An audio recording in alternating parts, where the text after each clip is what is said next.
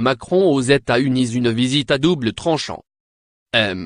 Macron aurait eu tort de se priver de rappeler que, le même jour, le 25 avril 1960, son plus illustre prédécesseur, le général de Gaulle, s'était exprimé à la même tribune. C'était une façon de reprendre de la hauteur. Le général de Gaulle avait alors pour interlocuteur, à Washington, un autre général, Dwight Eisenhower.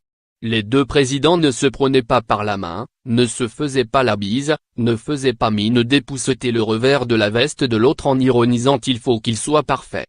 Il ne tout était pas. C'était, d'une certaine manière, plus simple. À trop vouloir jouer sur le paradoxe de sa proximité avec Donald Trump, Emmanuel Macron s'est pris à son propre piège. Certaines des images qui resteront de cette visite ne sont pas particulièrement à son honneur, l'honneur de Donald Trump étant, lui, tombé au champ lexical de l'oxymore. Devant le Congrès, Macron a cherché à élever le débat.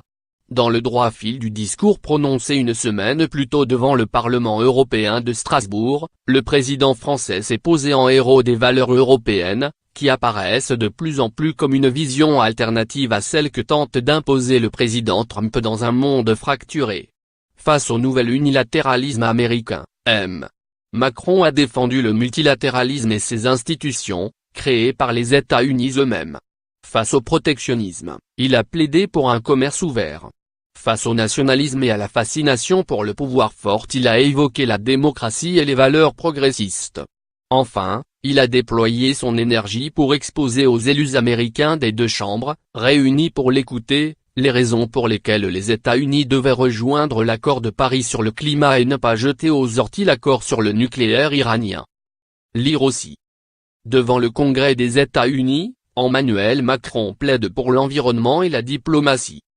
Que retirera-t-il de ces 3 jours? Traditionnellement, une visite d'État est avant tout une occasion politique et protocolaire de souligner les liens entre deux pays, pas un temps de négociation ardue et de signature d'accords. Il était donc excessif d'attendre que Macron revienne de Washington avec, en poche, la solution au casse-tête de l'accord iranien. Cette visite offrait la possibilité au président français de s'affirmer un peu plus sur la scène mondiale comme le principal défenseur, au nom de l'Europe, d'un ordre international menacé, et il l'a saisi. Sur l'Iran, il a eu la lucidité de reconnaître que Trump ne renoncerait sans doute pas à sa promesse de campagne de quitter l'accord conclu en 2015 par Barack Obama. Mais les deux présidents semblent avoir avancé sur la base du travail accompli par les diplomates européens depuis janvier, avec leurs collègues américains, pour trouver une issue à cette impasse. La chancelière Angela Merkel, attendue vendredi à Washington, poursuivra cet effort.